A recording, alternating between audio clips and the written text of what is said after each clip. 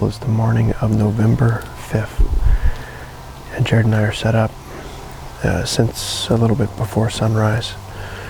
We're back here in the central timber. We've come hunt in this area a few times, and we've had good hunts. There's a lot of does in this area, and so I figured that's where we might as well be.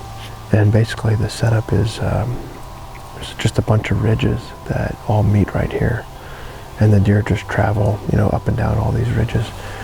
It's upper 40s, like 47 degrees, southwest wind, 7-8 miles per hour. And ideally that's blowing us kind of back over this big bluff or draw here. And we're hoping that most of the movement is right here off of this main ridge and this main ridge. Hopefully we see some good rutting action this morning. I'm looking forward to it.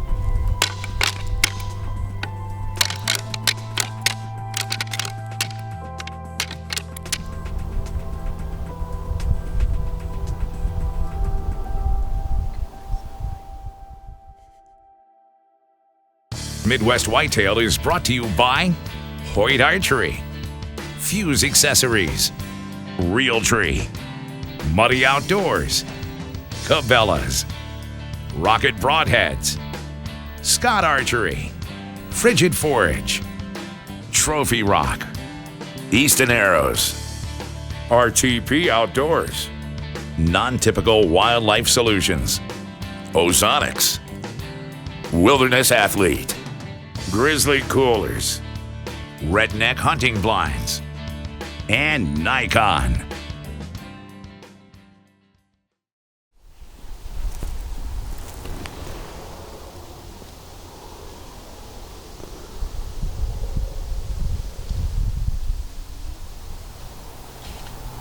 He's pressing up. He's posturing to something. Ears are bent back.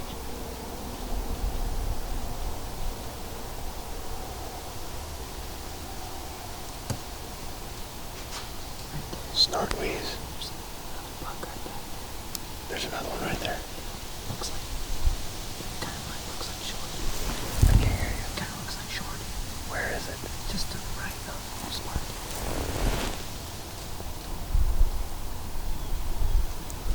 Lay it down, big boys.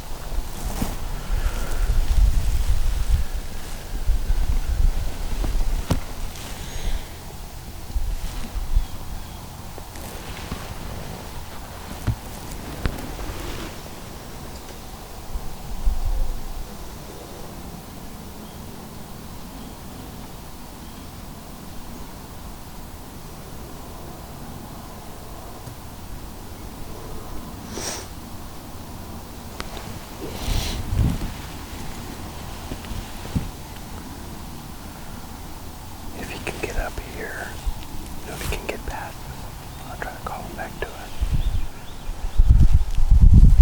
Well, it's about 9:20, and we've had pretty good action this morning. I think we've seen 7 bucks now. That 4-year-old 8-point, we named him Sparky. So Sparky has been here a couple times. He just came cruising by earlier, and then maybe 45 minutes later I rattled, and he came back up here, and then he started posturing, and we noticed that Shorty was coming up. Shorty he's 4.5 or 5.5 years old. He's a short tine 10-point that I have on the management buck list. He's one of the bucks I was expecting to possibly encounter in here. If we can get a shot at him, we'll definitely take him off the farm. He just lives in the middle of the farm. It's kind of a bully buck, but I'm gonna sit back and hopefully the movement continues. It's still nice and cool.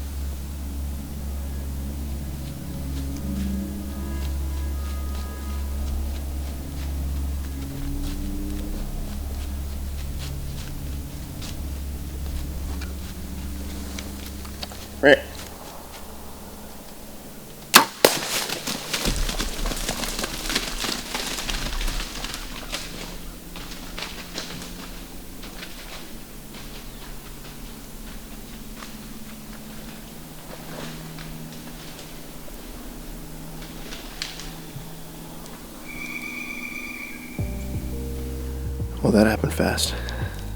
I haven't been set up for 20 minutes, and the deer I figured I'd see and have an opportunity to shoot came walking right up the creek.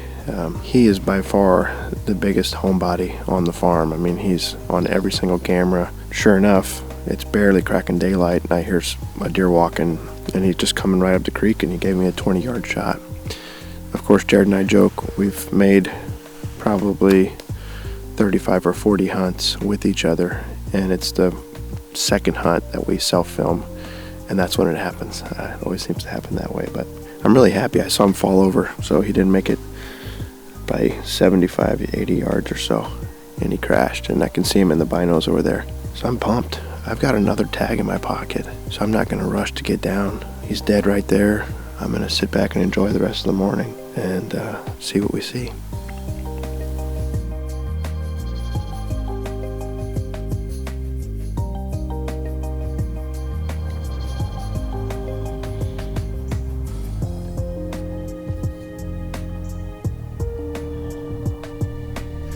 Well, it's about 8:30, and overall it's been a fun hunt. Of course, it's always fun to be successful. I'm getting anxious though. I want to go put my hands on them, and so I'm going to start packing up and head back to the cabin, get the wife and kids, and come out and do a recovery.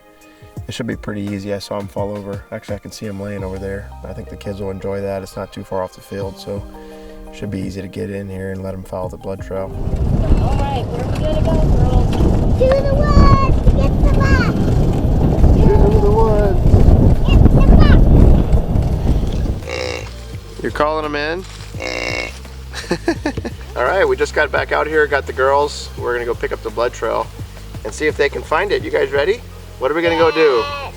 We just got back out here. We're gonna follow the blood trail so we can get the deer. All right, let's go to it. See the ladder going up the tree? Yeah. That's where I was, and he was standing right here.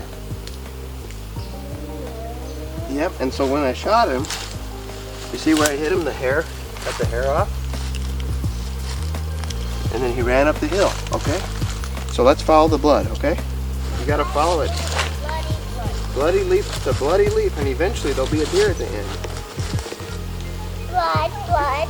Good. Blood. Blood. What's this?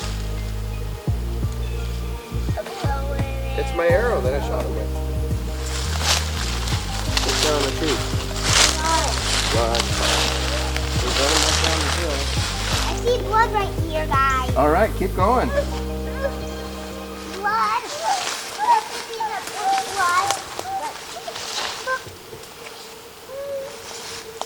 Walk under. Everyone. Blood. Oh, bloody, bloody, I see him. Good job. Good job, Bella. Good job tracking him. High five. Bryn. High five. He doesn't have any blood on him. You don't see any? Look right here. No. This is where I shot him. He's kind of stiff, huh? Yeah, he's a big one. You really wanted to shoot this guy, didn't you? Why? Yeah, Shorty. Why did he want to shoot Shorty? Because he's old grandpa. Let the young ones live. Hey!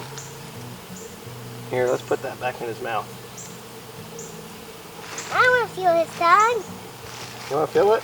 Yeah. Feel it. I want to feel his tongue. Come feel it. Not so wet. There you go. Not so wet. Monkey see, monkey do, huh? This is probably a 4.5-year-old buck. There's a small chance he could be 5.5, but he lives in the center of the farm. This 100-acre central timber is underwent TSI about 10 years ago, and it is thick. It holds a lot of deer, and that's why we've been hunting it so much, because a lot of does bed in there, and these bucks cruise around in there. This morning I hunted on the creek bed, and I noticed a movement pattern last year. They actually like to walk this creek bed. It's a flat, sandy bottom creek, and it's the easiest walking in there, and so the bucks tend to walk up and down, and it's full of tracks. With that in mind, I didn't come in through the creek like you might think to do. I went ahead and came through the alfalfa, just real quiet on the electric buggy, and snuck into the stand. I wasn't but 80 yards off of the alfalfa. I turned my attention to just hunting some of these management bucks. I've got 4 or 5 of them on the farm, and I wanted to get at least one of them off. This deer was the one I was most likely going to see. I mean, he has always been on the farm. I've had him all through summer. The first buck growing in velvet, he's just never left. He's on every single camera. And I just knew it was a matter of time that we were going to cross paths. So Jared and I actually saw him yesterday morning. We were up on the hilltop, and we had a good hunt. We saw quite a few bucks, I think 7 or 8 bucks. They ended up coming into the horns and getting downwind of us, and I never did get a shot. And so this morning I just switched stands, set up a little bit better for this wind we had, and the rest is history. So I've got a tag for the urban zone as well. So if I get the right wind, I've got some mature bucks there. I've got some bucks I've got lots of history with. I'll be turning my attention to some of those areas as well.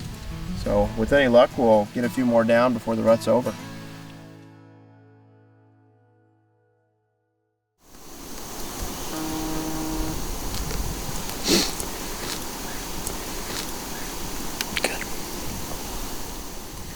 Well, it's about 3:30 here in the afternoon, November 7th. Mike and I have been set up for probably half an hour now. We are on a farm that's brand new to me this year. This is my second time hunting it. It's a farm that has a lot of CRP mixed with a little bit of timber. But I've had some pretty good car pulls in the last few weeks, last couple weeks really. And a number of really good deer have shown up. You know, this, we could kind of tell just by looking at the aerial map and the surrounding area, this would be a good rut farm. And so far, based on the cameras, that's been true. We haven't made it down here to hunt it very often to really learn that aspect of it. But right now we're set up over a turnip plot, and behind us, with our wind blowing over, is a big ridge that falls down into a river bottom. So kind of, this is a little bit of a connecting timber piece that we're hoping to catch one of these bucks cruising, or potentially, you know, just the movement out into the food plot later this evening. So we'll see. It's definitely an exciting spot. Never been here before, so excited to see what happens.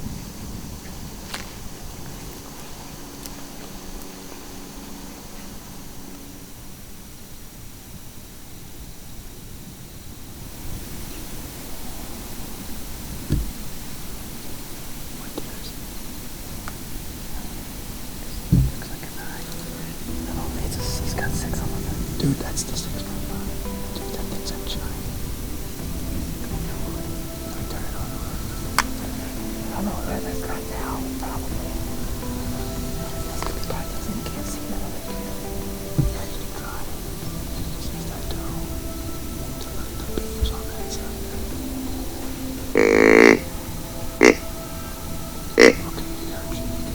He's listening back here.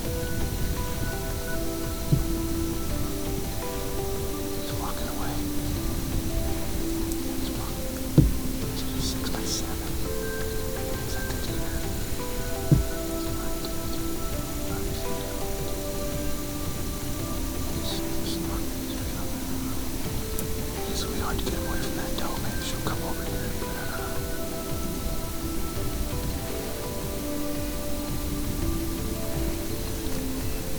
Sometimes you really want to go after her. What's that? I think there's almost 0% chance to go over there.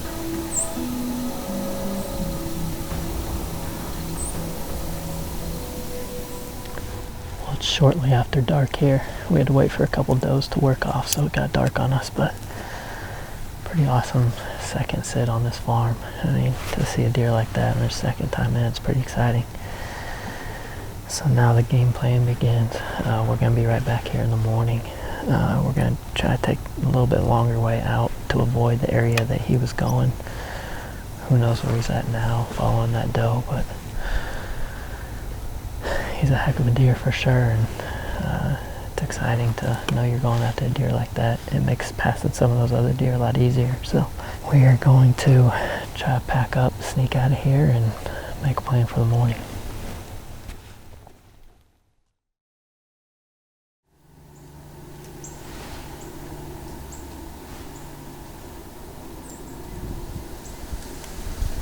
Well, it's shortly after sunrise here on November 8th. And we're just now finished setting up. We're set up a little bit late just because we haven't been in this spot before and wanted it to get a little bit light to pick out a tree and get set up. But We're back on the same farm that I saw a really good deer out in the CRP last night. That's a few hundred yards to our north. Right now we're just kind of hunting a bunch of little ditches that come together in these hardwoods, and there's some planted trees as well up here, but a lot of CRP around us. So really this is, you can't see a long ways in here, but it really is an observation sit, just trying to figure out this property and how the deer move through it, how the deer use these little sections of timber.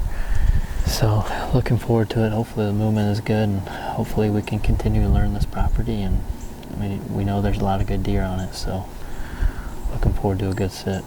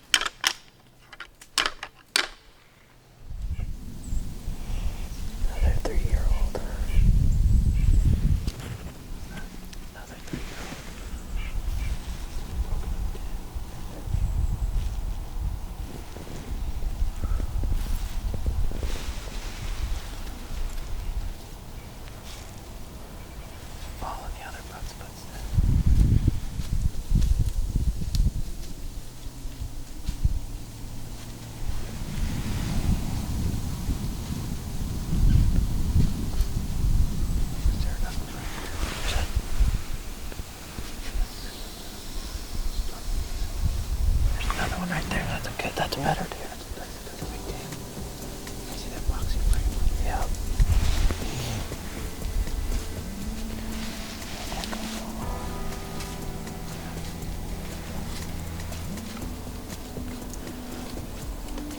You can just stay on him if you want.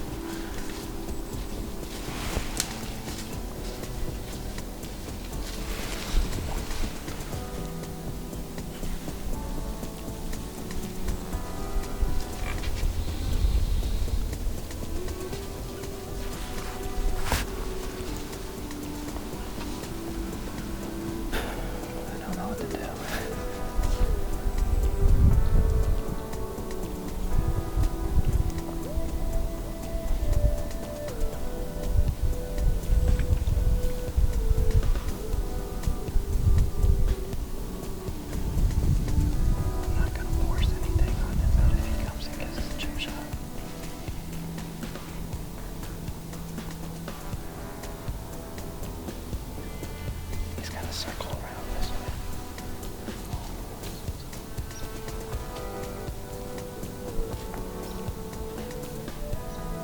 You might cut right through here.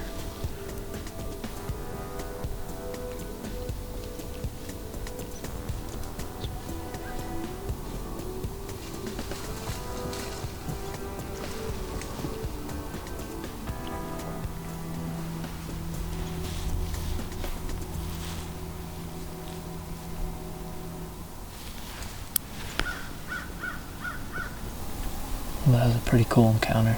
I did a rattling sequence and 3 bucks came in. First one came by, another one came down the hill, and pretty soon a deer that we have quite a few pictures of. I'm really on the fence about shooting that deer, and just because of the caliber of deer that are on this farm that we have pictures of. He's a great deer, but there's definitely some bigger ones. I was kind of just gonna see how the hunt went, and if he's going to give me a chip shot, I was probably going to shoot him. But either way, cool encounter, not too big of a deal that he got away. I know there's some bigger ones around, so hopefully we see one of them sometime here soon.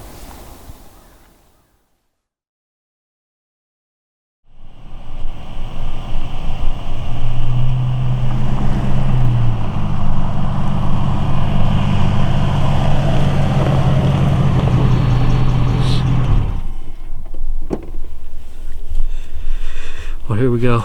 It's November 21st, nice cold morning. We're gonna try to get going though. We have 2 stands to hang and gonna try to sneak in and get it done before it starts to get light.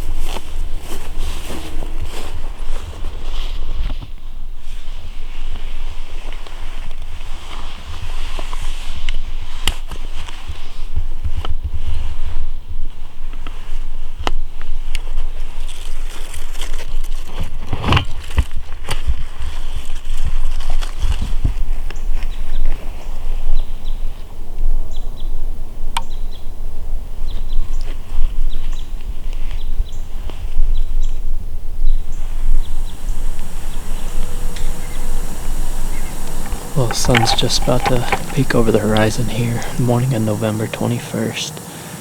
Zach and I are settled in here. This is a spot I told Zach on the way in here that I fully expect the wind to be swirling. It's really calm, first of all. Second of all, it's a forecasted straight east wind, so it's not a good combination, and plus we're kind of in a low bottom here, just basically a spot where a bunch of ditches come together. I've hunted close to the spot, about 40 yards up the hill, and had a really good hunt, but a lot of the action was down here and I couldn't shoot from up there. But this little spot, it's a small little piece of timber, and it seems to be a good transition area. I had on the other side of it the other morning. I saw some really good movement, so I at least know there's a lot of does in here, and I'm hoping that's the place to be. Like I said, it's a little bit aggressive coming up in here, but it's also November 21st, so I don't have much to lose. It's time to just get in what I believe are the best spots and hope that one of these big deer that I have on camera comes by. So that's what we're hoping for this morning. It's probably mid-20s. It feels good. Feels like a good November morning.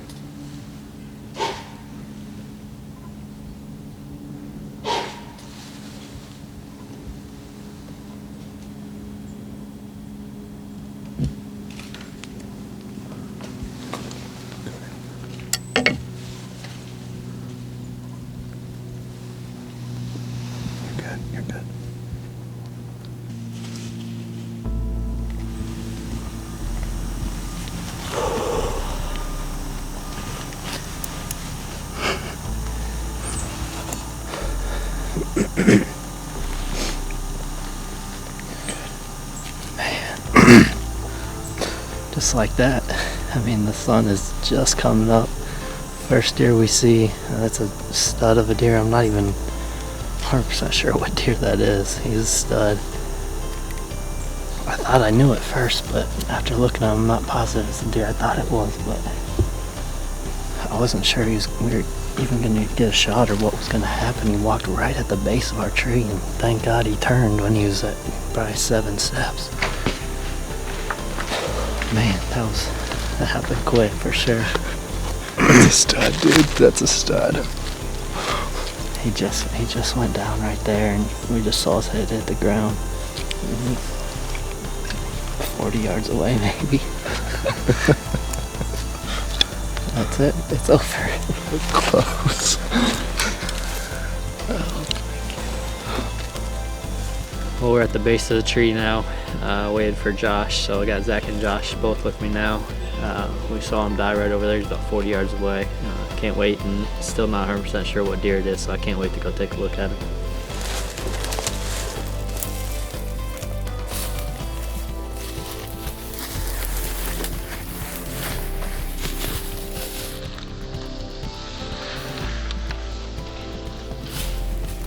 Man, look at this deer. What a stud. Oh man. Look at that deer. I don't think I know that buck. Good Lord. He's very similar to the buck that I saw a couple weeks ago, but it's not him. Man.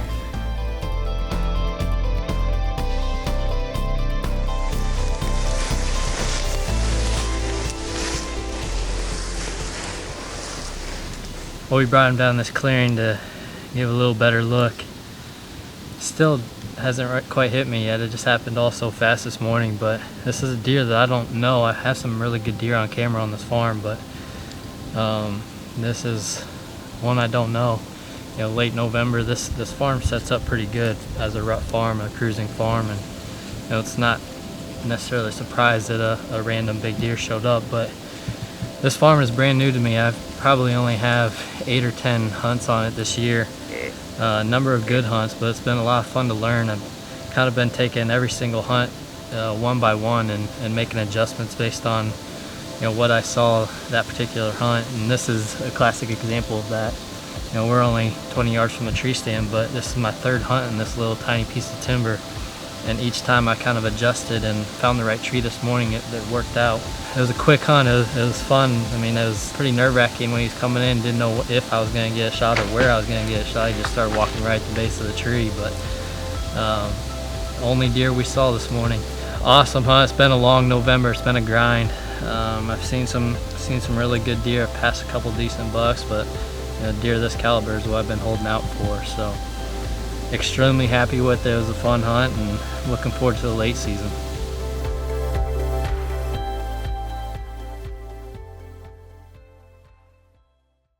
I can't believe that buck that Jared shot. When that thing first showed up, I about had a nervous breakdown as it was walking toward his tree stand. I knew that he killed it because I knew what the end of the story was, but I thought, boy, if I was in that tree right now, my heart would be beating 100 miles an hour. These guys do a great job, and we're really proud to have them on the Midwest Whitetail Pro staff. For my late season hunting, I'm going to go along that same line of really focusing on the age of the bucks that I'm going after.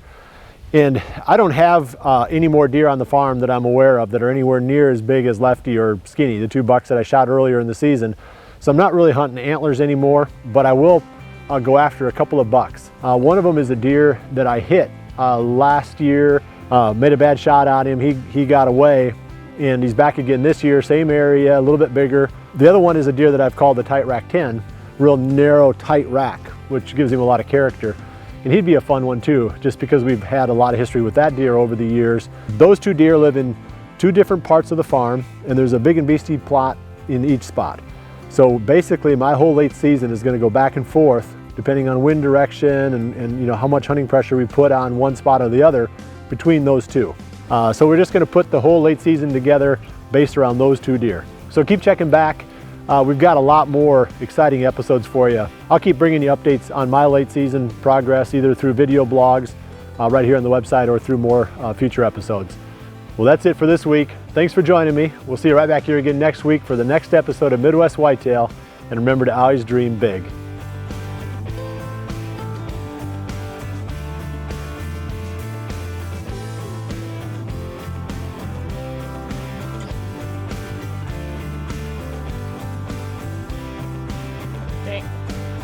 Man, I'm glad to finally get my hands on this buck.